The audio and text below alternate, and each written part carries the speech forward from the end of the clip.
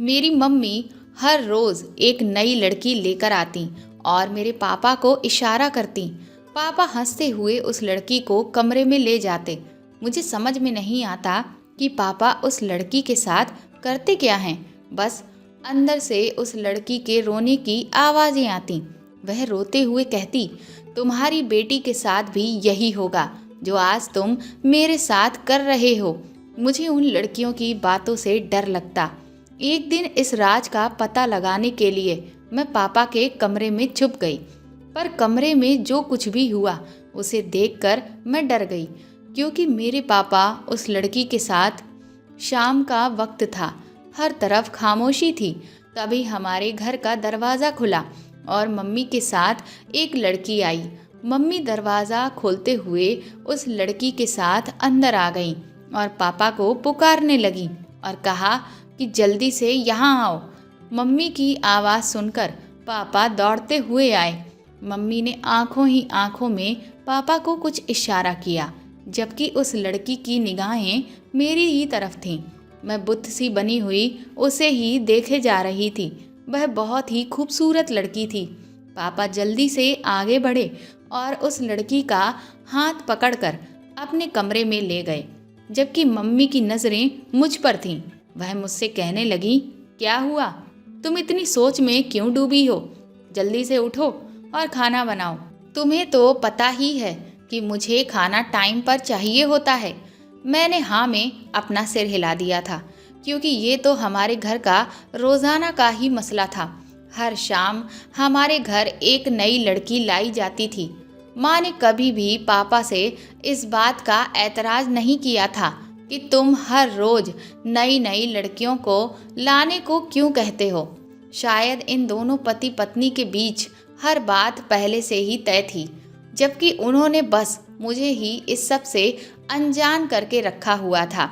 मैंने कई बार माँ से पूछा भी था कि माँ, आप इतनी सुंदर सुंदर लड़कियाँ कहाँ से लाती हैं और फिर वह यहाँ आकर क्या करती हैं।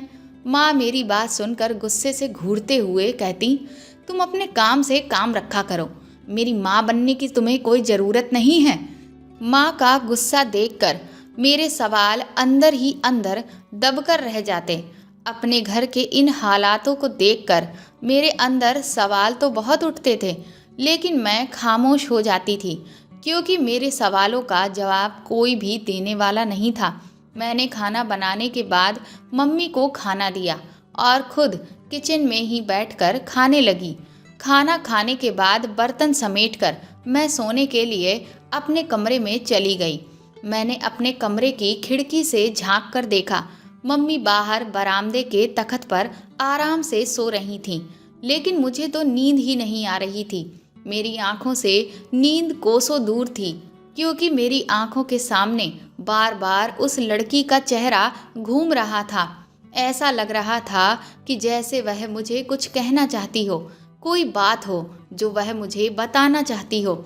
मैं बहुत देर तक बिस्तर पर करवटें बदलती रही, फिर मजबूर होकर उठकर बैठ गई।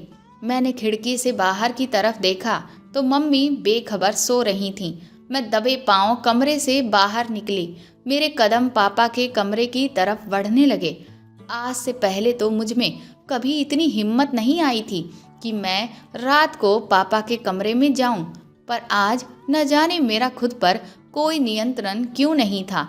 मैं दरवाजे के पास जाकर खड़ी हो गई और दरवाज़ा खोलने की कोशिश करने लगी, मगर मैं ये देखकर हैरान रह गई कि दरवाजे को तो अंदर से लॉक किया गया था। लेकिन आखिर ऐसा क्यों किया गया था?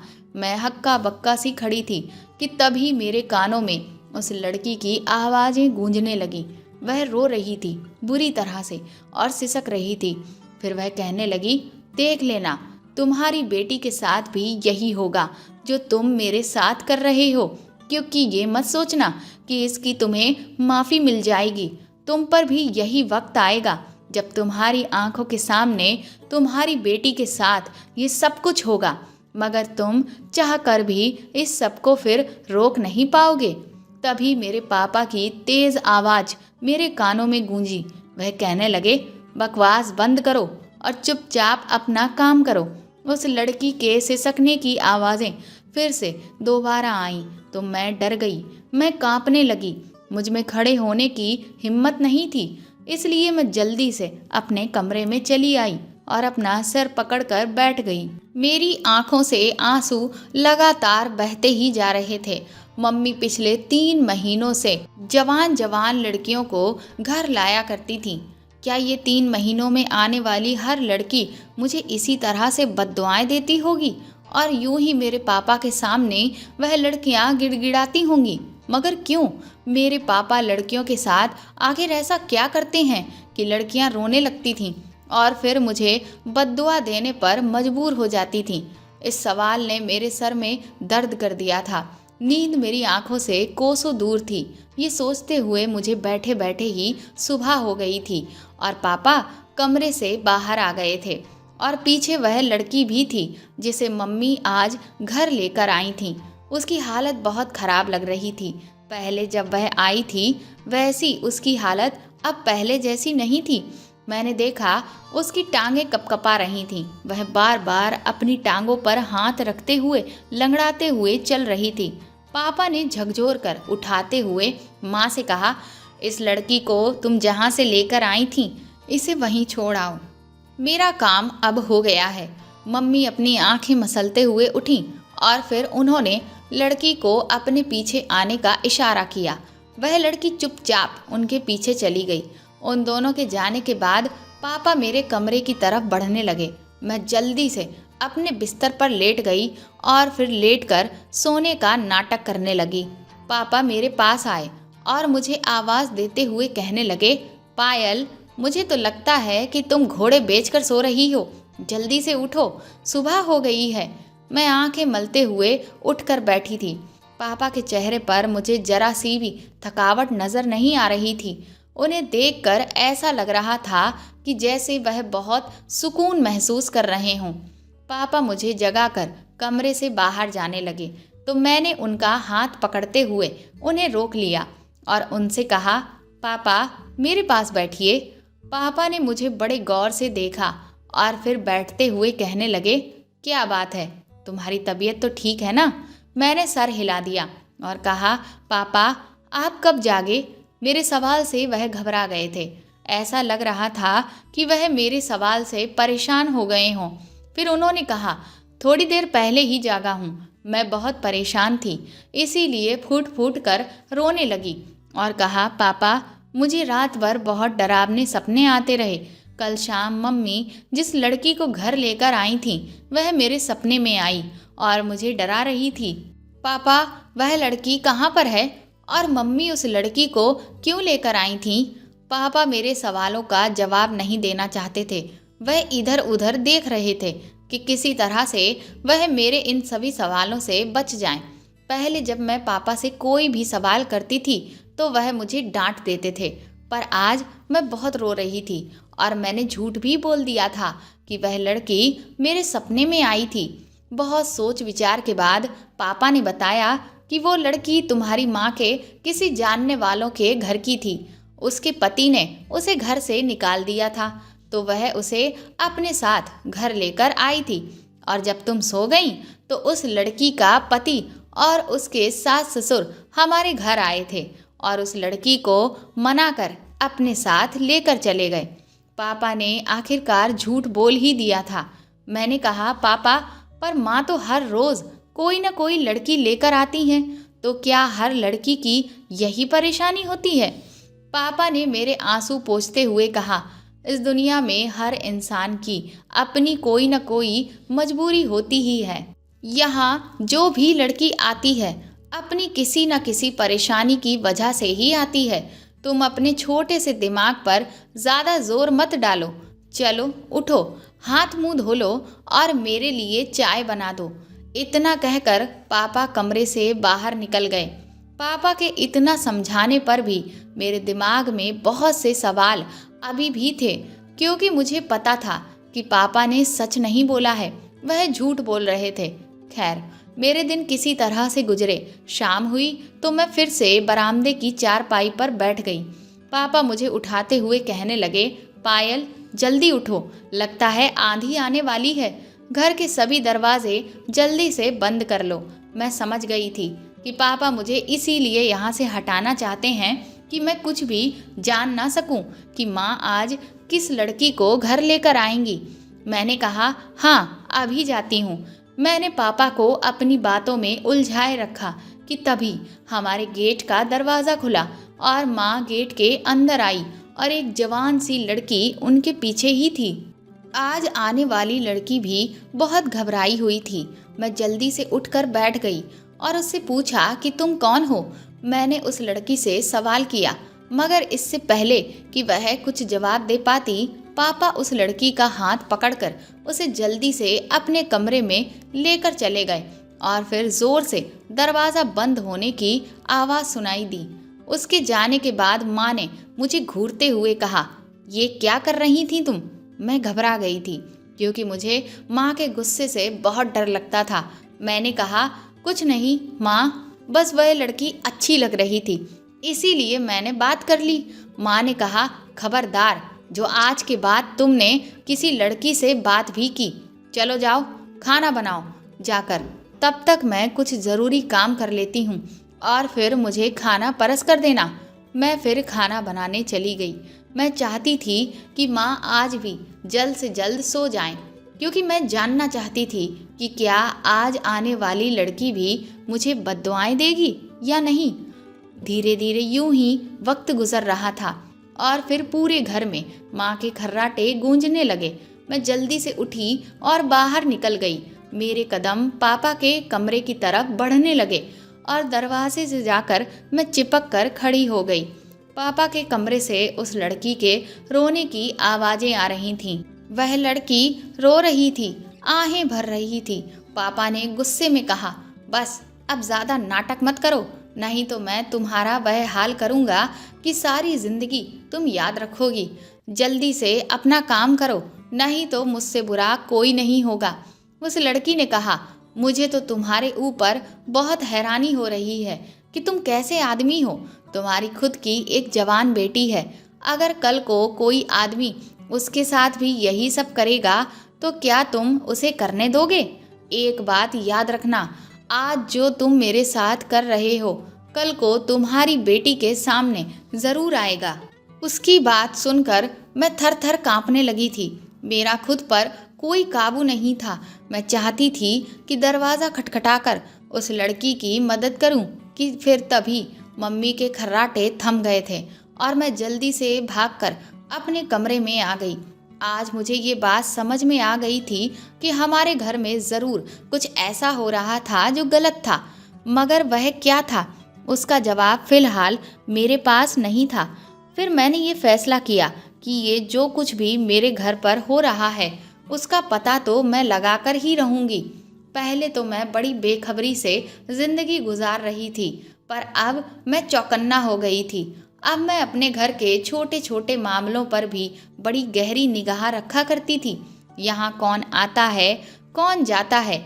मेरी माँ की एक सहेली थी, आशा आंटी, जो अक्सर ये हमारे घर आया करती थी। वह जब भी हमारे घर आती, माँ उन्हें अपने कमरे में ले जाती और फिर दोनों सहेलियाँ न जाने घंटों आपस में क्या बातें करती थीं कि उन्हें दुनिया की कोई खबर ही नहीं रहती थी। मुझे इस बात का पूरा यकीन था कि माँ के इस राज से आशा आंटी ज़रूर वाकिफ़ होंगी। मुझे इस बात का भी अंदाज़ा था कि वह माँ के इस राज से पर्दा हरगिज़ नहीं हटाएंगी। फिर भी मैं अपनी कोशिश करके देखना चाहती थी। शुरू से ही आंटी मुझसे अच्छे से बात करती थी और कोई भी नया कपड़ा खरीदना या सिलवाना होता है तो नए फैशन के बारे में मुझसे पूछा करती थी, क्योंकि उनका कहना था कि मैं आज के ज़माने की लड़की हूँ तो मुझे नए फैशन के बारे में ज़्यादा पता होगा। एक दिन वह मेरे घर आई तो मेरे बारे में पूछने लगी। मैं उनसे नज़र बचाकर छत पर चली गई। छत पर जाने का मेरा एक ही मकसद था कि मैं उनसे अकेले में बात कर सकूं, क्योंकि माँ के सामने इस बारे में बात करना तो नामुमकिन था। थोड़ी देर के बाद माँ की आवाज़ आई, पायल तुम कहाँ हो? देखो तो आंटी तुमसे मिलना चाहती हैं। मैंने माँ से कहा, माँ मैं छत पर हूँ, बहुत अच्छी हवा चल रही है, आंटी से बोल दीजिए कि वह भी छत पर ही आ जाएं। मेरे कहने पर माँ ने आंटी को छत पर भेज दिया। आंटी मुझसे पूछने लगी कि आजकल के फैशन में कौन सा सूट है, मुझे बताओ, मुझे कपड़े सिलवाने हैं। मैंने जानबूझकर उनसे कहा, आंटी आज के फैशन में तो पैंट चल रहा है। माँ जिस लड़की को कल घर लेकर आई थी वह सूट के साथ पैंट पहने हुई थी, उसके ऊपर वह बहुत जच रहा था। मेरी बात सुनकर आशा आंटी ने हैरानी से पूछा, क्या कल तुम्हारे घर कोई मेहमान आया था और तुम किस लड़की की बात कर रही हो? तुम्हारी माँ ने तो मुझसे एक बार भी जिक्र नहीं किया। मुझे लगा कि आंटी मुझसे छुपा रही हैं। मैंने कहा, नहीं, ऐसा कोई मेहमान नहीं आया था, वही हर रोज़ आने वाली लड़कियाँ। माँ हर रोज़ कोई ना कोई लड़की लेकर आती है और पापा उन्हें कमरे में ले जाते हैं। कमरे में जाने के बाद वह लड़कियाँ रात भर कमरे में ही अपना समय बिताती हैं और सुबह होने से पहले चली जाती हैं। आशा आंटी के चेहरे की तो हवाइयाँ ही उड़ गई थीं। वह कहने लगी, मेरे अलावा भी तुम्हारी माँ की कोई सहेली है क्या, या फिर वह तुम्हारे पापा के जानने वाली हैं? मैं चाहती थी कि मैं ऐसी बात करूं कि आशा आंटी सारी हकीकत मुझे अपने आप ही बता दें।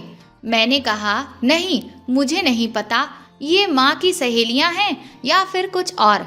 अगर वह माँ की सहेलियाँ होती तो फिर पापा उन्हें कमरे में क्यों लेकर जाते और वह क्यों रोने लग जाती? आशा आंटी अपने कपड़ों के बारे में पूछना भूल चुकी थी। वह मुझसे कहने लगी, पायल, तुम ये क्या कह रही हो? ये तुम किस तरह की बातें आज तुम मुझे बता रही हो? मेरा तो बरसों से तुम लोगों के घर आना जाना है, फिर मुझे आज तक इन सब बातों का पता क्यों नहीं चला? आंटी बहुत ज़्यादा परेशान हो गई थीं। आंटी की इस तरह की बातों से मुझे इस बात का अंदाज़ा हो गया था कि शायद वह भी कुछ नहीं जानती हैं और वह मेरे सामने झूठ भी नहीं बोल रही हैं। मैंने कहा, आंटी, अगर माँ ने आपको इस बारे में नहीं बताया तो जाहिर सी बात है कि ये बात ही अंदर की बात होगी, और अगर आप माँ से इस बारे में पूछेंगी तो उनका शक सीधा मुझ पर ही जाएगा, इसीलिए आप उनसे कुछ भी मत पूछिएगा। आंटी ने सहमति में अपना सिर हिला दिया और मेरा हाथ पकड़ते हुए बोली, तुम्हें कुछ अंदाजा है क्या कि तुम्हारे पापा के कमरे में क्या होता है? मैंने कहा, नहीं आंटी, पर सच कहूँ तो ये बात मैंने आपको इसलिए बताई थी कि शायद आपको इस बारे में कुछ पता हो। मुझे उन लड़कियों के रोने की आवाज़ें बहुत परेशान करती हैं। अब आप ही मुझे बताएं कि मैं उनकी मदद कैसे करूं? आशा आंटी मुझे तसल्ली देते हुए कहने लगी कि फिक्र ना करो, हम दोनों मिलकर इस मसले का कोई ना कोई हल ज़रूर निकाल ही लेंगे। मैं कुछ ऐसा करूंगी कि तुम्हारी माँ सच्चाई बताने के लिए मजबूर हो जाएंगी और फिर मैं वह सारी बात तुम्हें बता दूंगी। मैंने सहमति में अपना सिर हिला दिया और कहने लगी, आंटी, जैसे तैसे करके जल्द ही इस बारे में पता कर लीजिएगा। आशा आंटी बहुत अच्छी औरत थीं। मैंने उनकी जिम्मेदारी पर ये काम लगा दिया था तो मुझे बहुत तसल्ली मिली। इधर अभी भी माँ और पापा का वही रूटीन जारी था। माँ हर रोज़ नई नई लड़कियों को लेकर आती और पापा उन लड़कियों को अपने साथ कमरे में लेकर जाते। आशा आंटी पूरे एक हफ्ते के बाद हमारे घर आई थीं। तब मैं अपने कमरे में बैठी हुई पढ़ाई कर रही थी। फिर मैं पढ़ाई छोड़ खिड़की के पास आकर खड़ी हो गई। आंटी ने माँ से पूछा कि कल रात तुम्हारे साथ कौन सी लड़की आई थी? माँ उस वक्त पानी पी रही थी। आशा आंटी की ऐसी बात सुनकर उनके गले में पानी अटक गया। वह खांसने लगी। माँ की खांसी खत्म हुई तो आंटी ने अपना सवाल फिर से दोहराया। उन्होंने कहा, बताओ, कल तुम्हारे घर कौन आया था? माँ ने कहा, आशा, तुम ये क्या कह रही हो? हमारे घर कौन आएगा? आंटी ने कहा, रेखा, तुम भी कमाल करती हो। कल मैंने अपनी आंखों से देखा था कि कोई लड़की रात को 8 बजे के बाद तुम्हारे घर आई थी। मैं तो उसी मेहमान से मिलने आई हूँ। मुझे लगा शायद वह तुम्हारी कोई रिश्तेदार होगी। माँ ने बात को संभालते हुए जल्दी से कहा, अच्छा अच्छा, वह लड़की, वह तो बस थोड़ी देर के लिए ही आई थी, इसलिए मेरे दिमाग से उसका ख्याल उतर गया था। दरअसल वह पायल के पापा की एक रिश्तेदार थी। ऐसे ही खड़े खड़े हमसे मिलने आई थी। आशा आंटी बोली, अच्छा पायल कहाँ पर है? मैंने उसे फैशन के मुताबिक सूट के बारे में पूछा था। उसने कहा था कि इंटरनेट पर सर्च करके बताऊंगी, पर अभी तक उसने नहीं बताया। माँ ने आशा आंटी को मेरे कमरे की तरफ इशारा कर दिया। आंटी मेरे कमरे में आई और कहने लगी, पायल, तुम्हारी माँ इतनी आसानी से अपना कोई राज हमें नहीं बताएगी। उसके खातिर हमें बहुत कुछ करना होगा। मैं एक मोबाइल छुपा कर लाई हूँ तुम्हारे लिए। अगर मैं और तुम ज़्यादा बातें करेंगे तो तुम्हारी माँ को शक हो जाएगा, इसलिए मैं मोबाइल पर तुम्हारे साथ बात करूँगी। मैंने उनसे जल्दी से मोबाइल लेकर अपनी किताबों में छुपा लिया था। रात हुई और फिर से एक लड़की हमारे घर लाई हुई थी और पापा उस लड़की को लेकर अपने कमरे में चले गए और माँ कुछ देर के बाद खर्राटे लेने लगी। मैंने जल्दी से आशा आंटी को फ़ोन मिलाया। उन्होंने कहा, हाँ पायल बोलो, क्या तुम्हारे हाथ कोई सुराग लगा? मैंने कहा, आंटी आज फिर एक लड़की घर आई है। पापा उस लड़की को अपने कमरे में ले गए हैं और माँ खर्राटे ले रही हैं। आंटी ने कहा, पायल क्या तुम इस वक्त घर से निकल सकती हो, लेकिन बचकर निकलना ताकि किसी को पता ना चले, फिर हम दोनों मिल बैठकर कुछ करते हैं। मैंने कहा, ठीक है मैं आती हूँ। मेरे आने की खबर सुनकर आशा आंटी बहुत खुश हो गईं। उन्होंने कहा, तुम अपने गेट से निकलो, मैं वहीं आती हूँ। मैंने दबे कदमों से जाकर गेट खोला और गेट के बाहर आ गई। सामने ही आशा आंटी खड़ी हुई थीं। वह मेरा हाथ पकड़कर अपने साथ ले जाने लगी। उन्होंने कहा, चलो पहले मेरे घर चलते हैं, वहीं पर कुछ सोचेंगे। उनके कहे मुताबिक मैं उनके घर जाने लगी। मैंने आशा आंटी का घर पहले कभी नहीं देखा था, पर उनके घर में कदम रखते ही मैं ये देखकर दंग रह गई थी कि उनका घर तो बहुत ही खूबसूरत था और उनके घर पर दुनिया जहान की सारी चीज़ें मौजूद थीं। मुझे ये सब देखकर बहुत हैरत हुई थी, क्योंकि आशा आंटी विधवा औरत थीं। उनके पास इतने पैसे कहाँ से आए थे कि वह अपना घर इतना अच्छा बनवाती। वह मेरा हाथ पकड़कर अपने कमरे में ले गईं। मैंने कहा, आशा आंटी इस मसले का हम क्या हल निकालें? आंटी ने कहा, पायल इस बारे में बात करने के लिए अभी तो पूरी रात बाकी है। यही कहते हुए आशा आंटी ने अपनी अलमारी से मुझे एक लहंगा निकाल कर दिया और कहने लगी, पायल मैं चाहती हूँ कि तुम ये लहंगा पहन लो।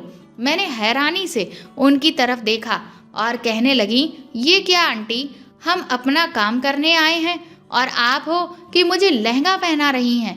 आंटी ने गुस्से से कहा, बस मैं जैसा जैसा कहती जा रही हूँ चुपचाप वैसा वैसा करती जाओ।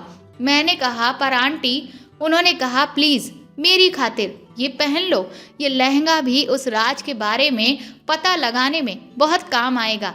मुझे आंटी की बातें कुछ समझ में नहीं आ रही थीं, लेकिन उनके काफ़ी ज़्यादा कहने के बाद मैंने वह लहंगा पहना। लहंगा पहनने के बाद वह मेरा मेकअप करने लगी। मैंने शीशे में अपने आप को देखा तो मैं बहुत खूबसूरत लग रही थी। आंटी मुझे तैयार करके एक दूसरे कमरे में ले गईं, पर वहां जाते ही मैं हैरान रह गई। वहां पर एक कालीन बिछी हुई थी और वहां पर मर्द बैठे हुए थे। आंटी ने कहा, पायल अब तुम नाचना शुरू करो। आंटी के मुंह से ऐसी बात सुनकर मैंने कहा, पर आंटी आप ये क्या कह रही हैं? हम तो किसी और काम के लिए आए हैं। आंटी ने मुझे घूरते हुए कहा, अगर तुमने मेरी बात नहीं मानी तो मैं तुम्हें इन मर्दों के हवाले कर दूंगी। उनकी बातों से मैं डर गई और ना चाहते हुए भी मैं नाचने लगी और सारी रात मैं नाचती रह गई। सुबह होते ही सारे लोग वहाँ से चले गए। उसके बाद आंटी ने बहुत सारे पैसे मेरे सामने रख दिए। उन्होंने कहा, पायल ये लो, ये तुम्हारी आज रात की कमाई है। मैंने रोते हुए कहा, पर आंटी आपने मेरे साथ ऐसा क्यों किया? आंटी की भी आंखें नम थीं। वह रोते हुए मुझसे कहने लगी, आज से लगभग 15 साल पहले की बात है। मैं जैसे ही कॉलेज जाने के लिए निकली तभी एक गाड़ी मेरे सामने आकर रुकी और देखते ही देखते उस गाड़ी में बैठे लोगों ने मुझे अंदर खींच लिया था। मैं चीखती चिल्लाती रही मगर किसी ने मेरी एक भी ना सुनी। मैंने तो कभी सपने में भी नहीं सोचा था कि मेरे साथ ऐसा हो जाएगा। और तुम्हें अंदाज़ा है कि उस गाड़ी में बैठे लोग मुझे कहाँ लेकर आए? वह मुझे तुम्हारी माँ के घर लेकर आए थे। तुम्हारे पापा ये घिनौना धंधा करते हैं। वह लड़कियों को अगवा कर उन्हें नाचने गाने पर मजबूर कर देते हैं।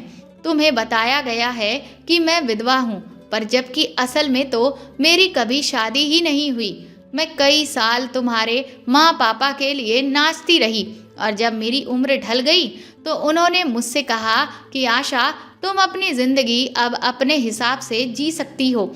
मैं अपना गुजर बसर करने लगी और धीरे धीरे करके वही काम शुरू कर दिया। जब मेरे पास पैसे आ गए तो मैंने एक अच्छा सा घर बनवाया, पर मैं किसी भी लड़की की मजबूरी का फ़ायदा उठाकर ये काम नहीं करवाती, बल्कि जब लड़कियां खुद मेरे पास आती हैं। पर जबकि तुम्हारे माँ बाप आज भी मासूम लड़कियों को अगवा कर उनसे ये धंधा करवाते हैं। पर मुझे इस बात का थोड़ा भी अंदाज़ा नहीं था कि तुम्हारे पापा आज भी यही सब करते हैं। मुझे लगा तुम्हारे बड़े होने के बाद उन लोगों ने ये काम छोड़ दिया है, पर जब तुमने उस दिन बताया तो मैं समझ गई थी कि तुम्हारी माँ उन लड़कियों को झांसे से घर लाकर क्या काम करवाती होगी और वह अभी भी अपने काम से बाज नहीं आए हैं। आंटी की बात सुनकर मैं तो बुरी तरह से सदमे में आ गई थी। मैं सोचने लगी कि क्या मेरे माँ बाप इतना गलत काम करते हैं। यह सोचते सोचते मेरा दिमाग खराब होने लगा और सुबह हुई तो मेरी गुमशुदगी की खबर पूरे मोहल्ले में फैल गई थी। पर किसी को कानों कान ये खबर नहीं थी कि मैं आशा आंटी के घर पर ही हूँ। माँ मुझे ढूंढते हुए घबराकर आशा आंटी के घर पर आईं और कहने लगी, आशा, तुम्हें पता है क्या कि मेरी बेटी कहाँ चली गई? तुम दोनों तो आपस में बहुत सारी बातें करते थे। क्या उसने तुम्हें इस बारे में कुछ बताया कि वह कहाँ गई होगी? कोई लड़के का चक्कर तो नहीं है? अगर ऐसी कोई बात है तो तुम मुझे बता दो। मैं पागलों की तरह सुबह से उसे ढूंढ रही हूँ। आशा आंटी ने हंसकर कहा, तुम लोगों ने मेरे साथ जो भी किया वह याद है ना? और फिर चोरी छुपे ना जाने तुमने कितनी लड़कियों की जिंदगी बर्बाद की। मुझे तो लगता है उसी की सजा तुम्हें मिली है। उन दोनों में यही बातें अभी हो रही थीं कि तभी मैं बाहर आई। माँ मुझे देखते ही मेरे पास आई और कहने लगी, मेरी बच्ची, तू कहाँ चली गई थी और आज ये क्या पहना है तूने? मैंने कहा, माँ, आज आपकी बेटी कुछ घंटे के लिए गायब हुई तो आप इतनी घबरा गईं और आप और पापा जिन मासूम लड़कियों को अगवा करके लाते हैं उनसे गलत काम करवाते हैं। तब आप लोगों को थोड़ा भी ये एहसास नहीं होता कि उनके माँ बाप पर क्या गुजरती होगी? वह भी तो किसी की बेटियां होंगी। माँ ने कहा, बेटा मुझे माफ़ कर दो। मैंने कहा, मैं आपको और पापा को एक ही शर्त पर माफ़ कर सकती हूँ, अगर आप दोनों ये काम करना छोड़ देंगे। माँ रोते हुए कहने लगी, ठीक है बेटा, मैं तुमसे वादा करती हूँ आज के बाद मैं और तुम्हारे पापा ऐसा कोई काम नहीं करेंगे। उस दिन माँ और पापा दोनों जिस तरह से मेरे लिए तड़पे थे उससे उन्हें एहसास हो गया था कि वह जिन मासूम लड़कियों को लेकर आते हैं वह भी किसी की बेटियां होती हैं। और उस दिन से जब उन लोगों को अपनी गलती का एहसास हो गया और जब उन पर खुद ये सारी चीज़ें बीती तब उन्हें पता चला कि वो अब तक कितना गलत काम करते आए थे। इसलिए मेरे माँ बाप ने फिर उस गलत काम को छोड़ दिया और हम लोग हंसी खुशी एक दूसरे के साथ अपनी ज़िंदगी बिताने लगे। तो दोस्तों, आपको ये कहानी कैसी लगी कमेंट करके ज़रूर बताएं और प्लीज़ इस कहानी को ज़्यादा से ज़्यादा शेयर और लाइक करके मेरे चैनल को सपोर्ट करें। साथ ही अगर आप चाहें तो मुझे सुपर थैंक्स भी खरीद कर दे सकते हैं। सुपर थैंक्स का ऑप्शन आपको इस वीडियो के नीचे दिए हुए सभी ऑप्शंस में दिखेगा। जो बिल्कुल ऐसा दिखता है जैसा कि हार्ट शेप में बना हुआ साइन है। और अगर आप मेरे चैनल पर नए हैं तो सब्सक्राइब करके बेल आइकन ज़रूर दबा दें, ताकि आगे भी मैं आपको ऐसी ही अच्छी कहानियाँ सुनाती रहूँ। Thank you.